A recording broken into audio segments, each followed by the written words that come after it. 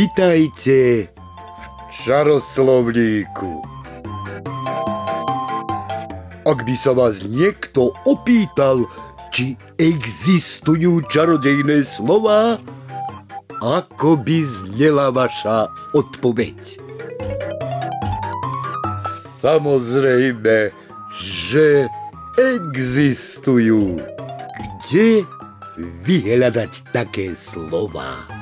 I hneď sa to dozviete, začína sa čaroslovník. A to ten najčaroslovníkovejší. Dnes sa naučíme čaroslovné slovo odev.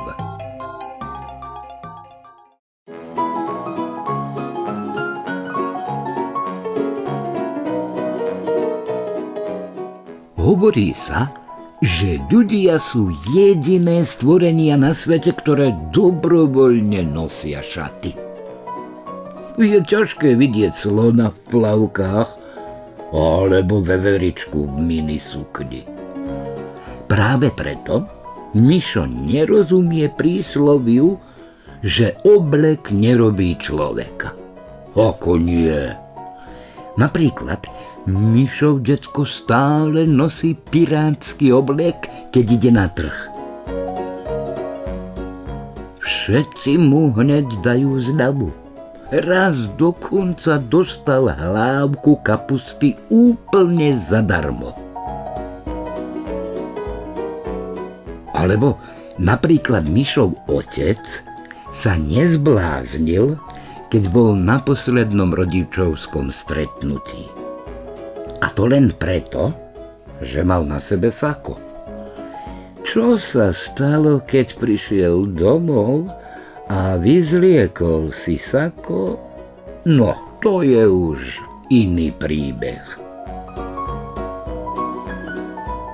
A Mišova matka v nedeľu sa jej v kuchyni nič nedarilo, kým si neobliekla kuchársku zásteru. Potom hneď pripravila aj jablkovo-orechový koláč, aj jablkovú roládu. Ňami, ňami. V skutočnosti by ani Superman pravdepodobne nemohol lietať, keby nemal svoj kostým superhrdinu. Mišo teda prišiel k záveru, že oblek predsa robí človeka. A nie len človeka, ale aj nad človeka. To je ono, presne vedel, čo podniknúť. Ráno, pred odchodom do školy si potajomky obliekol detkov pirátsky oblek, cez neho otcové sako a nakoniec si uviazal aj maminu kuchársku zásteru. Bol presvedčený, že triedna učiteľka sa ho bude báť a dá mu tú najlepšiu známku. Celý deň bude mať dobrú náladu a všetko sa mu bude dariť. Hurá! Aj Katka na ňo zrejme lásky plne žmurkne. V škole sa však stal úplný opak. Hotová katastrofa. Keď ho spolužiaci videli takto vyparádeného, okamžite sa začali cháchotať. Páľo sa od smiechu už váľal po zemi. Mišovi nebolo nič jasné. Ako? Prečo? Kde urobil chybu? Klaun! Asi ušiel z cirkusu! Páľo sa neprestával smiať. Ale ja nie som klaun, zavzlikal Mišo. Nie, nie, ako si oblečený.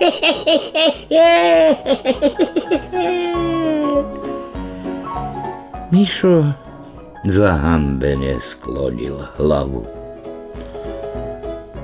Potom sa náhodou pozrel von a uvidel na strome veveričku v minisukni. Veselo zbierala lieskové oriešky a mávala na ňo. Mišo sa len usmial a zamával jej tiež. Teraz, keď ste sa naučili nové čarodejné slovo, vyzývam vás na čarodejnícky súboj. Vedeli by ste odpovedať na nasledujúce čaroslovné otázky. Ako sa oblieka klaun? Robí oblek človeka. Nosí slon pri mori plavky? Odpovede zašlite na čarodejný e-mail čaroslovník@gmail.com.